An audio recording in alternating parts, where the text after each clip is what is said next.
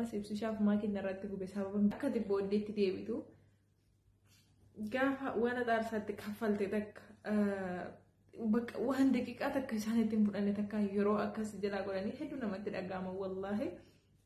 Eenyu si jalaa gubee maal si jalaa ta'e warra jettanii naaf gadditanii viidiyoo kana haga dhumaa dhaggeeffadhaa. Yeroon isaa yuutuubii kiyya kana sa'aatii guutuu jechuudha. Wallaahi laazim bu'aa bahee hedduu keessan darbee waa hedduu naquunname jechuudha.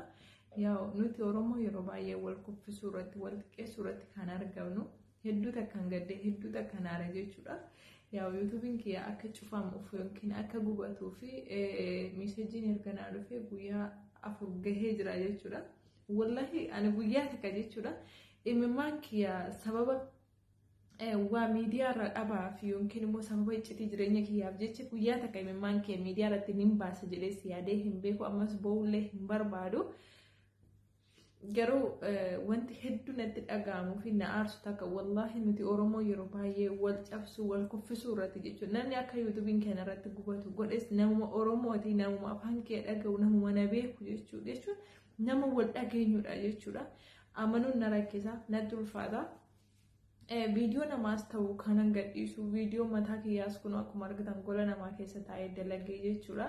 Yeroon irratti gadhiifadhu tarii boruu na fayyada laata boruu na gargaara laata jedhetanii aarsaatti kaffalaa jechuudha. Garuu namni immoo akka dibbooddeetti deebitu gaafa waan aarsaatti kaffalte takka waan daqiiqaa takka isaaniitti hin fudhanne takka yeroo akkas jalaa godhanii hedduu namatti dhaga'ama wallaahi. Eenyu si jalaa gubee maal si jalaa ta'e warra jettanii naaf gadditanii viidiyoo kana haga dhumaa dhaggeeffadhaadha. Adaraa yuutuubii kanallee sabiskiraayibii naa godhaa isin jechuu barbaada. Yuutuubiin kiyya sabiskiraayibiin isaa 39 irra jira jechuudha 40 ga'uu fi namoonni tokko jechuudha viidiyoo nama gadhiisuun kee kan ittiin tolleellee jiraachuu danda'a. Haa ta'u garuu amilee namaa ta'u sabiskiraayibii namaa godhanii koomentii gaarii kan namaa godhanii jiru jechuudha. Namni yuutuubiin jalaa gubate hundu unuma bu'aa unuma gadda jechuudha. Maaliif aarsaa guddaatti kaffalee itti dadhabeeti namni kamiyyuu kan yuutuubii sabiskiraayibii isaa yookiin sa'aatii isaa seera isaa guutee kan maallaqa irraa argachuu danda'u aarsaa kaffalee itti dadhabeeti jechuudha. Gidduu kana wallaahi laazim yoo narraa fayyades rabbinatti hin tolu garuu nama takkatti illee ni manna jechuudha. Namoota itti siqu mataa isaatti illee hin himne jechuudha yuutuubii kana irratti gubaa jiranii. Garuu namni yuutuubii kana irratti gube eenyu jedhee yoon kana isinitti himu taate hedduu isin gaddisiisa jechuudha wallaahi laazim. Waan godhu hin qabu garuu yeroon sa'aatii kana yeroon yuutuubii kana sabiskiraayibii sa'aatii isaa guuttachaa turetti wallaahi laazim suuraa takka mastaawashaa godheetiin kaadhee jira jechuudha. Yeroon hin nyaadhu yeroon hin rafu sa'aatii dheeraa laayivii irra taa hiriyoota kiyyaajinii kana kanatti jechuudha. Bakka dhiigni kiyya dhumee sababiin hin rabnetti jechuudha. Hedduu takka gogee muka ta'ee ture jechuudha. Maaliif sababa kanaatti nama hedduun illee wal dhabee jira jechuudha.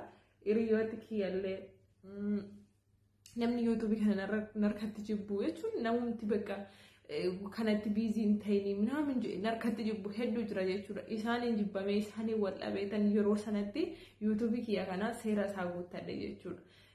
Isinitti hin dheeressu bulees viidiyoo kana haga dhuma dhaggeeffadhaadha. Laayikii naa godhaa isiniin jechuu barbaada. Sabiskiraayibii illee adaraa namni daawwatan hundi keessan sabiskiraayibii naa godhaadha. Yuutuubiin koo inni kun gubatee achi naa deebi'a. Waan hin bare takka hin qabu amma sammaatti jechuudha. Garuu meeseejii naa dhufee jira namatu viidiyoo sekeendii 60 hin guunne shoortii irratti hin gadhiise viidiyoo sana jechuudha. Shoortii jechuun daqiiqa 60 bichisi eeyyama. Sorry, daqiiqa 60 sekeendii 60 jechuudha. Shoortiin sekeendii 60 sekeendii 60 irratti saantibatu lakkaa yoo baate saantiba 2 saantiba 3 fa'i kun maallaqaan herreegu jechuudha. Garuu haa ta'u malee waan fayyadeenaan osoo hin taane akkuma amilee dhabu akka yuutuubiin kee gubatuuf maalama namni akkamitti sekeendii 60 waan hin guunneef jedhee nama adaba hedduu takka wallaahi laazim yeroo baay'ee jechuudha. Namni namiidhuurra rabbi namiidhuun filadhaan. Miidhaa ilma namaa jalaa hedduu rakkata kan rabbii sii wayya toltus taatu hamtu kan rabbii alhamdulillah jetta bari. Innaa meeseejii isaa namatti ergeetiin ture jechuudha. Nama eenyu akka narratti gubee yuutuubiin naa ergee jira ilaali jedhee namatti ergeen jira. Garuu antala shamaraa takka ingiliffanni dandeessi jedheen itti ergee ofii kiyya ingiliffa baay'ee dubbisee hiikachuu waan hin dandeenyeef jechuudha. Inna namni suni ati viidiyoo ibsichaaf maakii baay'ee fayyadamta waan ta'eef isaantu sirratti gubuu hin oolu naan jetteenaan yaa dhibbaan dhibbatti dubbisiiti isaan jedhinatti himi malee shakkinatti himiniin jedhen. Maaliif ibsichaaf maakii yoo ta'e fooloo walitti qabnaa viidiyoo isaanii kan gadhiifatu ana qofaa miti walii galee viidiyoo ibsichaaf maakii namni yuutuubii irraa ajandaa gadhiisu marti ni qaba jechuudha. Sababa isaan jaallannuuf jecha sababa bakka namnis waa'ee isaanii ilaaluu jaallatu waa'ee isaanii dhaga'uu barbaaduuf jecha kan viidiyoo isaanii fayyadamnu ana bichaa miti osoo ibsichaaf maakii ta'anii sarchi gootanii nama hedduu jira jechuudha kan viidiyoo isaanii gadhiifatee qabu jechuudha. Akkamitti ana bichaa irratti gubuu danda'aniin jedheen akkamitti akka yuutuubiin koo gubatu ana bichaa akkamitti eeyyachuu danda'aniin jedheen inna ani gaashaanis dubbisee hiikachuu hiikuus hin danda'u nama biraatti dabarsee ani garuu viidiyoo isaanii baay'ee gadhiifteerta waan ta'eef isaanumaan jedhaa naan jette mucaan suni. Anna guyyaa afur jechuudha guyyaa afran kan ituun adda baaseen dubbachuu hin qabu jedheetiin obse jechuudha. Nama biraattiin fuudhee erge nama sirriitti ingiliffa dubbisuu danda'utti gaafan ergu namni sun dhibbaan dhibbatti namatu yuutuubii keessi adabsiisee jira.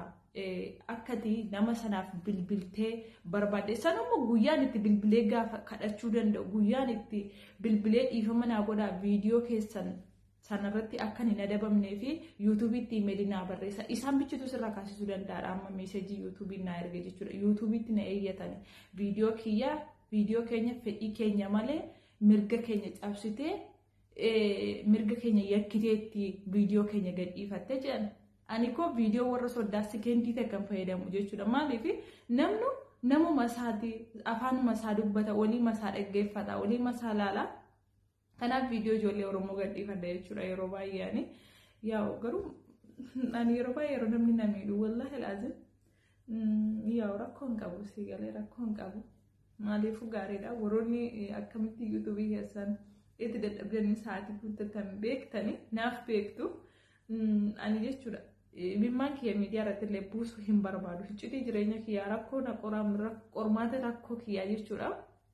Osoo kan kana caalu yoo dhuftee bimmaan kee miidiyaa irratti agarsiisuu hin barbaadu garuu osoo hin beekinsi boosisaa osoo hin beekin miira keessa si galcha wallaahi laazimi na waan jedhu hin qabu dhibbaan dhibbatti ammas ibsichaaf maakii narratti gube sababan viidiyoo isaanii fayyadamuuf jedhee dhibbaan dhibbatti raayitii hin goone garuu namni narratti gubsiisaa jiru torbee takkannaaf kenname jechuudha. Torbee kana gidduutti lakkoofsa nama kanaa barbaadee akkan dhiifama gaafachuu qabudha jechuudha kan yuutuubiin naa fayyame. Torbee sana keessa guyyaa torban naa kenname guyyaan afur dhumee jira. Har'aaf borbooddee yuutuubiin kiyya ni cufamaa jechuudha. Cufamuu jechuun tarii na adabanii narraa kaasuu fi ciriisaa gubuu fi tarii lakkoofsa nama kanaa argadhee kadhadhee narraa kaasisu rabbi tokkicha beeka jechuudha. Obsan nabee wallaahi laazim obsan nabee baay'ee dhiphadhee bakka yoo mangadi bahee dubbadhee hiriyoota koraa yookiin immoo namoota tokkorraa illee yaada argadhee tarii amilee naa taalaala jedheetanii abdii kutuura jedheetiin gara keessan dhufee yeroo qofaa kiyyataa hedduu takka na dhagaama hedduu takka na boosisa wallaahi laazimi. Ani maallaqa guddaarraa argadhee itti dadhabee bu'a maallaqaaf jecha bu'a osoo hin taane waan ani itti dadhabee takka maaf hin dhabaa waan itti dadhabee takka namni maaliif irratti na miidha kan jedhu na boosisa. Innaa amma walumaa galatti meesejii namni sun ibsichaa maakii irratti gubuu hin oolan jedhe sana fuudheetiin nama biraa nama sirriitti ingiliffa danda'utiin ergee jira jechuudha. Namni suni har'a galgala cheekii godheetiin borsii fi manaan jedhe nama Oromooti wallaahi dhibbarraa dhibbatti miidiyaa Oromoo kan irratti gubee Oromoodha jechuudha. Garuu ibsichaaf maakiidha dhibbarraa dhibbatti maqaa isaanii adda hin goone miidiyaa kamirraa akkan irratti gubate dhibbaan dhibbatti isaan ta'uun waan ingiliffa waan ta'eef namni sun naa ilaalee boruu naa hima nama Oromoo ta'uu immoo shakkii takka hin qabaatinaadha.